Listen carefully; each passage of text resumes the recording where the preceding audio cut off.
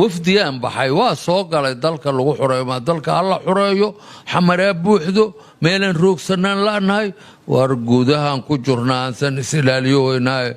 yay nooga darin kuba xumaayo taganayaan niyada loo dhisin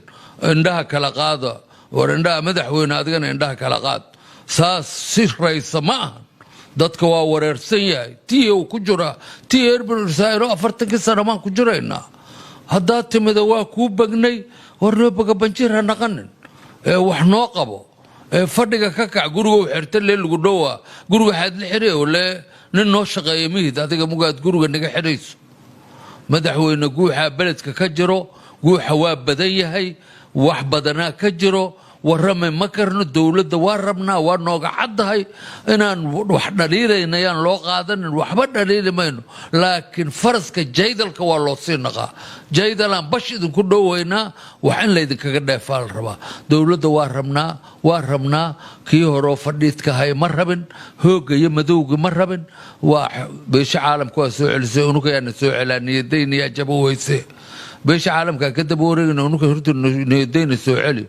war waxaan naga qabo war jawran diyaarad u raacayna haddana beledweyne diyaaradaha loo raaco waa war wisil iyo adduunya hormuudka soo guuro we meel arkaan la jiyo war madaxweyne fadhiga ka kac guriga u xirtaad ganjeeladaada maad ka adagta war ganjeeladaada wax ku dar ood xiraysa waxaana rabaa inayna ku niyo jabin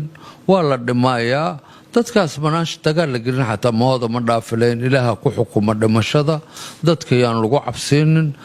hore u socda waana mahadsantii Soomaalidana waxaan rabnaa hal aagoo furano inta kala dayayso waxba lagu qaadi maayo aagaga hala furo dawladana fadhiga ka kacdo dawladan diaspora uma badno xoogaa waana cabseysaan arka ra'iisul wasaaraha fadhiga ka kaco waa u bagaynay qorax joog waayaan lahayn yaa kuba dikaale ka soo diray taleefanka waa ka liidatiin fadhiga ka kaca waana